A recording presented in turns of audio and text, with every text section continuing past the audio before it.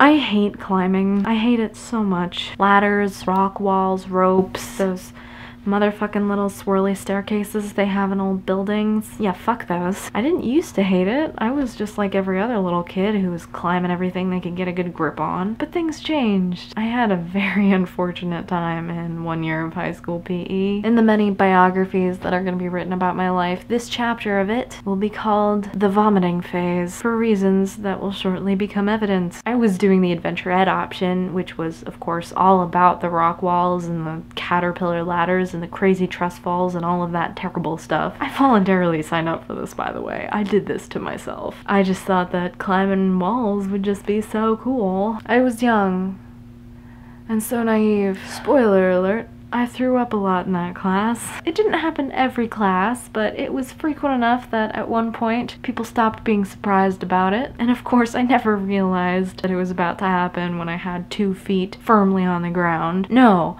I always realized it when I was scaling a wall or halfway up a gigantic rope. That's not the best place to be when you're trying to plan a hot and fast exit strategy. Turns out that it actually takes some precious time to get someone down from that height, especially with a climbing team of a bunch of high school students who are pretty new at it. Now, I understand that a lot of it had to do with this really rough antibiotic that I was taking that year, but climbing was always the catalyst for the actual vomiting. But like, this was my gym class and I had to climb to get a grade, so each class became this sort of sick guessing game I played with myself to see how far I can get up this time before I had to tell my climbing team to bring me the fuck down. By the end of the semester, they actually got really efficient. I could just like shoot them all a look and then they would be like, all right, bring her down. And as humiliating as this sounds, the really remarkable part was that I didn't really care very much. I was a senior and by then, high school popularity and positive recognition from my peers felt like a currency that I wasn't gonna be able to use anymore, because in a couple of months after I graduated, I would never have to see any of these people again. Never ever, never, ever.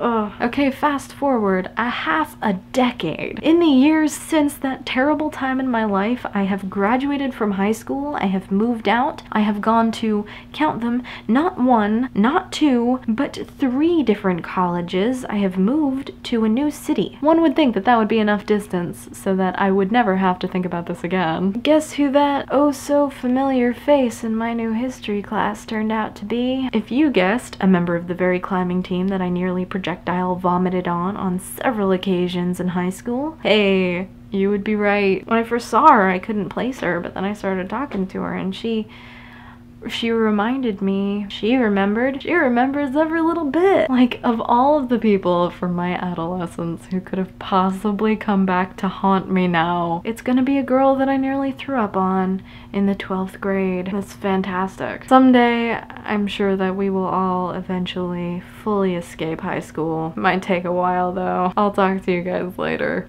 Frequent identity crises that manifest themselves in the way I arrange the fibers that grow out of my skull. And, you know, it's been a while.